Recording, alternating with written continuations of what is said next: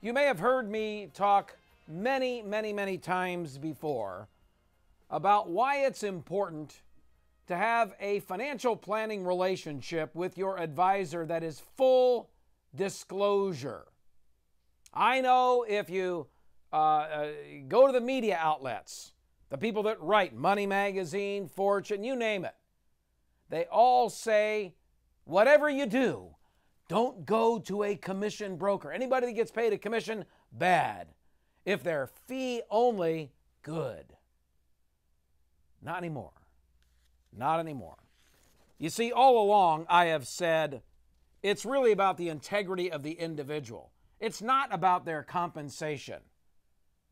A lot of people seem to think that just because you get paid on a fee basis, that compensation rewards you for the work that you do, and there's no disincentive for you to sell me something for which you might get a commission. Well, you know, folks, it does come down to the individual. I am reading here from Special Agent, well, we'll leave his name out, from the Federal Bureau of Investigation. He says, I am a special agent of the FBI, assigned to the Seattle Field Division. In addition to receiving formal training, investigative techniques, and securities fraud, I have personally participated in fraud investigations as a member of the white-collar crime squad, including blah, blah, blah, blah, blah, securities fraud.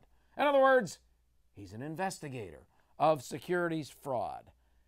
He says, I am currently investigating Mark S., I won't use his last name, president of the S Group, for his involvement in a scheme to defraud several investors who entrusted significant funds. Now, this isn't news.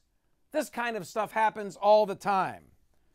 The difference is this Mark S. was the president of the National Association of Fee-Based Financial Planners, the so-called NAPFA organization. He was the president. Oh, it gets worse. It gets worse. He goes on to write, the article I'm reading goes on to write, in May 2009, James P., owner of XYZ RIA, registered investment advisory firm in Appleton, Wisconsin, who served as the NAPFA president immediately before Mr. S., was charged by the U.S. Securities and Exchange Commission with accepting $1.24 million in kickbacks. Need I say any more? You see, honesty and dishonesty swings both ways. It's not just about commissions or fees. It's about full disclosure and integrity. You see, there's a lot of people that get paid commissions that are as honest as the day is long, will do a good job, and will disclose to you how they get paid and why you're paying them and for what. And there are those that are in the fee-only business that do an outstanding job. I came across one a week or so ago. Outstanding job. Didn't charge enormous fees. Did a decent job of allocating assets.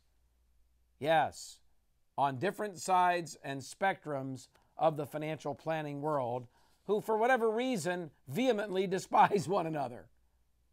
It's full disclosure planners. Here's what this article went on to say. For the fee-only advisor movement, allegations of fraud against two former NAPFA presidents are so sad. Apart from the human tragedy for P and S, as well as their clients, they allegedly defrauded.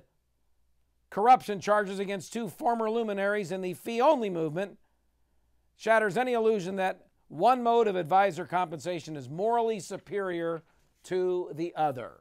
Agreed. It's not the mode of compensation that determines whether an advisor is honest. It's the advisor. Yeah, that's right.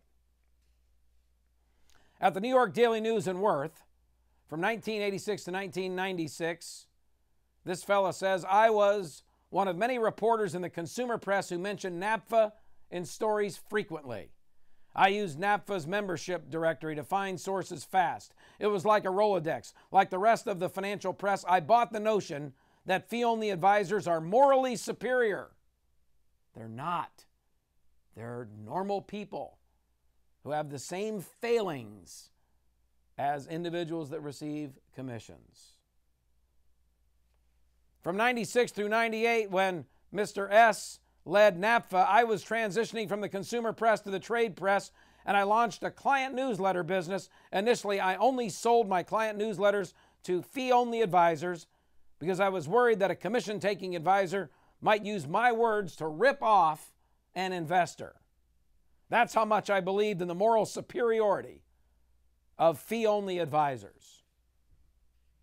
And that's why I'm so deeply saddened by allegations of fraud against Mr. S, the president. Fee-only advisors portrayed themselves as more ethical than other advisors. They were supposed to be better than this. They're human beings. They're human beings. And I'll explain in a minute why I think you as an investor have more protection under the fee/commission advisor. I'll get to that in a second. Over the last decade, however, I suspected the day was coming when being fee-only was no longer a legitimate differentiator among advisors. It never has been. It never was. It never will be. It's all about the individual's integrity, folks. And how they're paid is not nearly as relevant. It happened in slow motion, but it's still so upsetting. People get corrupted.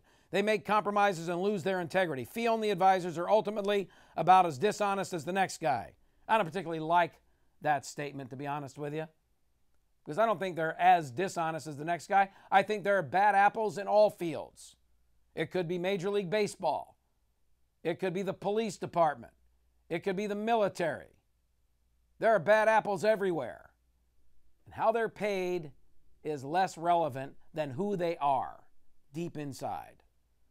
Where does this leave the financial advice profession? He says, I believe the moral compass of the profession is being reset. To be sure, scandals involving the leaders of the fee-only advice movement forever end the right of fee-only planners to claim moral superiority. By the way, this writer is taking a lot of heat for having written this from the fee side of the business. They deal a fatal blow to the notion that advisors working on a fee-only basis are more ethical than those who accept commissions. NAPFA members for years have looked down on advisors who accept commissions, saying it was an inherent conflict of interest. Meanwhile, many advisors who accept commissions have said NAPFA members display an unwarranted holier-than-thou attitude. If reason were to prevail, both sides would coalesce around mutually beneficial professional standards. Now that it's clear that motive compensation is not the determining factor in defining standards in the financial advice profession, other approaches can become the focus. That could be good. I could not agree more. And I think we should coalesce around the full disclosure financial advisor. How much time do I have, John? Well, you got a little less than a minute. Let me explain why I think brokers that are also in the fee business, you see, well, you know what? Let me do this when we come back from the break. I'll come back from the break. I need a little bit of time. Then I know I've got people on hold. I'm going to get to the calls. But let me explain why I believe those that charge fees and also earn commissions may actually have a leg up on those that are just commission and those that are just fee. You're going to want to hear this. It's important stuff, and it could mean the difference in your relationship with your advisory team going forward. So don't go away. I hate it when I'm right, especially when it's sad news like this. It's terrible, terrible.